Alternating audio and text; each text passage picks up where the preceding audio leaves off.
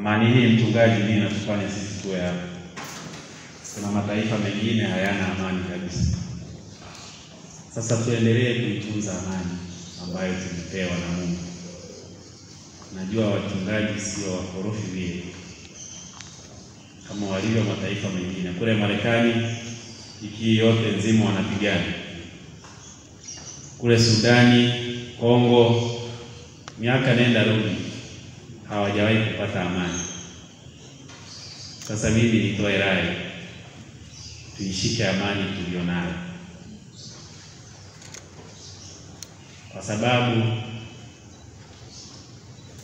wale waliochoka na maisha hawapendi amani.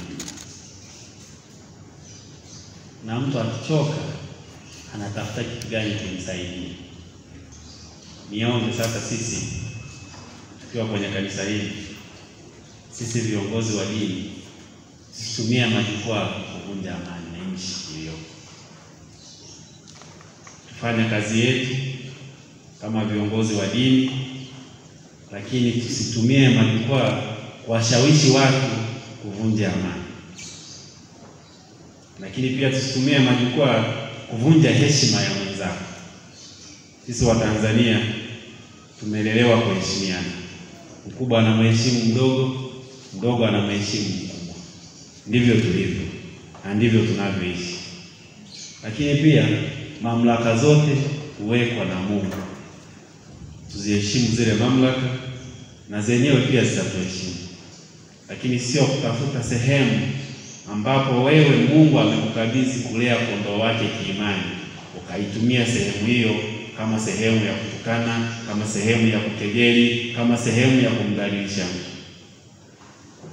Kila mtu ni mpole sana, na kila mtu ana uvumilivu wake. Nimeona niseme kwa sababu nyie mnawahudumia watu ambao sisi ndio wananchi tunaowahudumia. Tukemeane sisi kama sisi ndani ya makanisa yetu. Usisubiri yule anasema alafu wewe unasema Mheshimiwa DC, mimi sijasema, aliyekuwa anasema ni yule fulani ile kanisa. Sasa nao unakuwa mchonganishi. Mwambie bwana, hicho sio kitu. Tukae tuilete amani. Na hii amani ni adimu sana. Siku ikipotea kuitafuta mnajua. Anayeumia zaidi ni mama naye mwacha nyumbani. Wewe babu unakuwa wa kwanza kukimbia. Sasa mama na watoto, mwingine mjamzito, mwingine ndiye ananyonyesha, mwingine achukue bakuli, au ndio wanakuwa wa kwanza kuathirika. Sasa tutumie majukwaa haya vizuri. Hasa kipindi hiki tunapoelekea uchaguzi. Tunahakikisha kwamba tuna amani itakayotufanya tufike kesho na kesho kutwa. Sasa tusifanye kudhalilisha watu kwa sababu ni wakimya.